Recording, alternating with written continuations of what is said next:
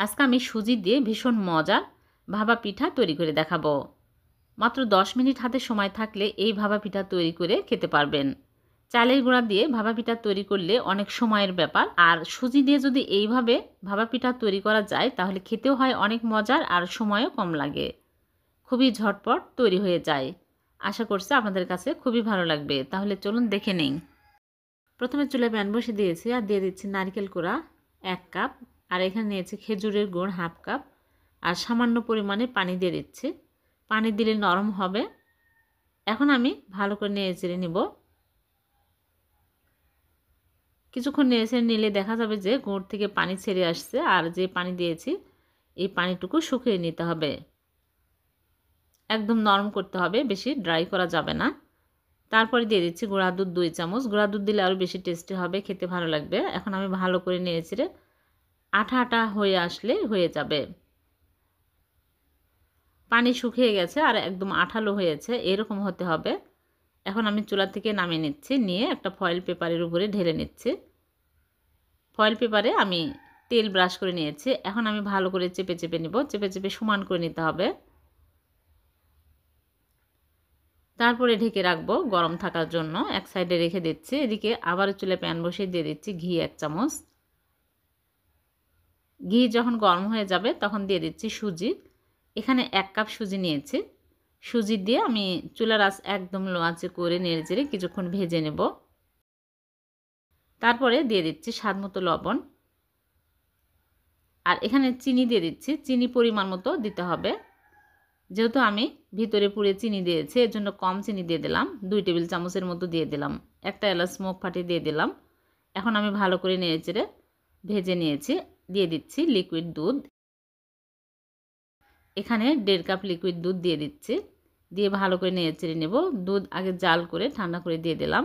এখন চুলার আঁচ একদম লো আঁচে করে নেড়েচেড়ে নেব। নেড়েচেড়ে শক্ত করে নিতে হবে। এরকম শক্ত টাইট হলে হয়ে যাবে।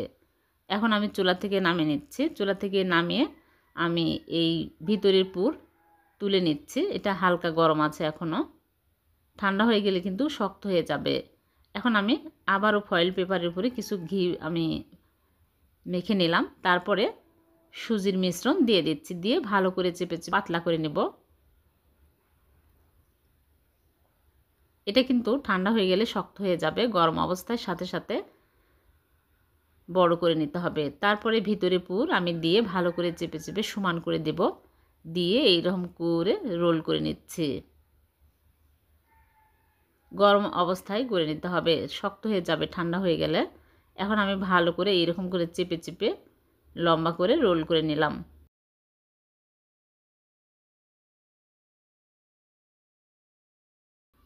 এখন আমি পানির ভাপে দিব। এর জন্য চুলে একটা পাত্রে পরিমাণ মতো পানি দিয়ে পানি ফুটিয়ে নিয়েছি। এই স্টেনার পানির উপরে বসিয়ে দিলাম। দিয়ে আমি ঢেকে হাই হিটে 10 মিনিট জাল করে নেব। 10 মিনিট জাল করে নিলেই ভালোভাবে কুক হয়ে যাবে। ফিরে আসলাম 10 মিনিট পর চুলা থেকে নামিয়ে। এখন আমি প্লেটের মধ্যে নিয়ে নিচ্ছি। নিয়ে নর্মাল ফ্রিজে রেখে দেবো। ঠান্ডা হওয়ার পর বের করে কেটে আপনাদেরকে দেখাবো। ফিরে আসলাম ঠান্ডা হওয়ার পর, নর্মাল ফ্রিজ থেকে বের করে নিয়ে আসলাম। এখন আমি কেটে নেব। একটা নাইফ দিয়ে পিস পিস করে এরকম করে কেটে নিচ্ছি। খুবই মজার। এরকম করে সুজি দিয়ে ভাপা পিঠা বানিয়ে দেখবেন, খেতে কিন্তু দারুণ স্বাদের হয়। চালের গুঁড়া দিয়ে ভাপা পিঠা তৈরি করলে অনেক সময়ের ব্যাপার, কিন্তু সুজি দিয়ে যদি এইভাবে নারিকেলের পুর দিয়ে ভাপা পিঠা তৈরি করা হয় তাহলে খেতে কিন্তু দারুণ টেস্টি হয়। সবাই অনেক পছন্দ করবে। চালের গুঁড়ার চাইতে বেশি টেস্টি হবে। আর খুবই সহজ কিন্তু বানানো, যে কেউ খুব সহজে ঝটপট এই ভাপা পিঠা বানিয়ে খেতে পারবেন।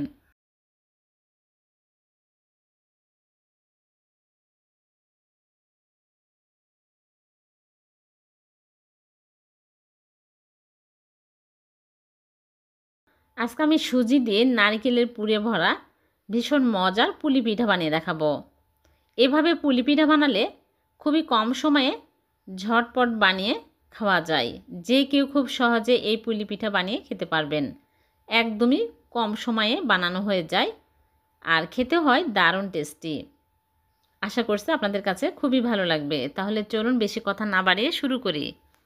প্রথমে একটা বোলের মধ্যে নিয়ে নিচ্ছে সুজি 1.5 কাপ, আর এর মধ্যে দিয়ে দিচ্ছি সামান্য লবণ, আর দিয়ে দিচ্ছি লিকুইড দুধ 1 কাপ। এই দুধ আগে জাল করে হালকা কুসুম করে নিয়েছে, 1 কাপ দিয়ে দিচ্ছি। দিয়ে ভালো করে মিশিয়ে নেব। মেশানো হয়ে গেলে ঢেকে রাখবো 10 মিনিট। 10 মিনিটে একদম ফুলে যাবে। আর সেই ফাঁকে আমি ভিতরে পুর রেডি করব। চুলে একটা প্যান বসিয়ে দিয়েছি, প্যানটা ভালোভাবে গরম হয়ে গেছে। এখন দিয়ে দিচ্ছি নারকেল কোড়া 1 কাপ, আর দিয়ে দিচ্ছি খেজুরের গুড় 1/2 কাপ। খেজুরের গুড়ের পরিবর্তে আপনারা চাইলে চিনিও দিতে পারবেন। আর লিকুইড দুধ সামান্য পরিমাণে 1 টেবিল চামচের মতো দিয়ে দিলাম। এখন আমি ভালো করে নেড়েচেড়ে নেব। নেড়েচেড়ে গুড় থেকে যখন পানি ছেড়ে আসবে আর লিকুইড দুধ দিয়েছি, এই দুধ নেড়েচেড়ে শুকিয়ে নিতে হবে। এরকম আঠালো হতে হবে। এখন আমি চুলা থেকে নামিয়ে নেব। চুলা থেকে নামিয়ে একটা বাটিতে ঢেলে এক সাইডে রেখে দেব ঠান্ডা হওয়ার জন্য। ঠান্ডা হতে থাকুক। আর এদিকে 10 মিনিট পর ফিরে আসলাম। সুজি ফুলে একদম নরম হয়ে গেছে। এখন আমি ভালো করে ফেটিয়ে নিচ্ছি। আপনারা চাইলে ব্লেন্ডারে নিয়ে একদম স্মুথ করে ব্লেন্ড করে নিতে পারেন, তাহলে খুব তাড়াতাড়ি হয়ে যাবে। আর সামান্য পরিমাণে লিকুইড দুধ দিয়ে দিচ্ছে, দিয়ে ভালো করে ফেটিয়ে নেব। একদম পাতলা করতে হবে। এখানে আমার 1.5 কাপ দুধ লেগেছে। দুধের পরিবর্তে পানিও দিতে পারবেন, কিন্তু দুধ দিলে আরও বেশি টেস্টি হবে। এরকম কনসিস্টেন্সি হবে।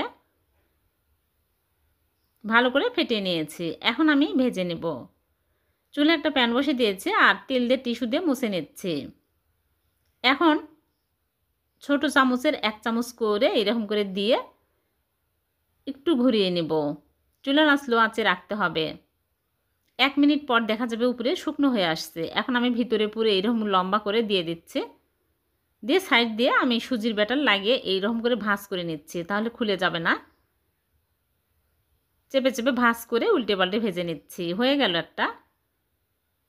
অনেক সুন্দর কিন্তু পুলি পিঠা। এভাবে বানিয়ে দেখবেন, খেতেও যেমন টেস্টি হয় আর তেমনই কম সময়ে বানানো হয়ে যায়। একসাথে 2-3টাও দিতে পারবেন। প্যান যদি বড় হয় তাহলে 3-4টা একসাথে দিয়ে তাড়াতাড়ি বানানো যায়।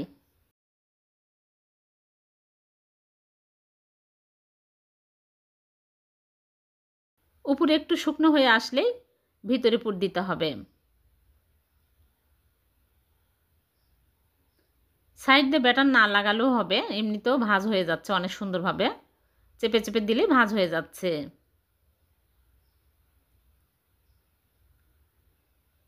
এরকম করে সবগুলো আমি ভেজে নেব। খুবই কম সময়ে ভাজা হয়ে যায়। মাত্র 10 মিনিট হাতে সময় থাকলে এই পিঠাগুলো বানিয়ে খেতে পারবেন। আমি সবগুলো ভেজে তুলে নিলাম। দেখলেন তো কত সহজে হয়ে গেল নারকেলে পুরে ভরা সুজির পুলি পিঠা। একটা আমি ভেঙে দেখাচ্ছি কতটা মজার হয়েছে।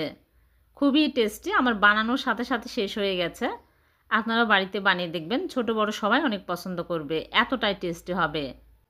এই পিঠাগুলো মালাইয়ের মধ্যে দিয়েও খেতে ভালো লাগে। আমি ভাবতেও পারিনি যে এইভাবে সুজির পুলি পিঠা তৈরি করে নেওয়া যায়। ভিডিওটি যদি ভালো লেগে থাকে লাইক কমেন্ট শেয়ার করতে ভুলবেন না, অন্যকে দেখার সুযোগ করে দিবেন। আর এরকম সহজ নতুন নতুন রেসিপি পেতে আমার চ্যানেলটিকে সাবস্ক্রাইব করে রাখবেন। আবারও দেখা হবে নতুন কোনো রেসিপিতে। আল্লাহ হাফেজ।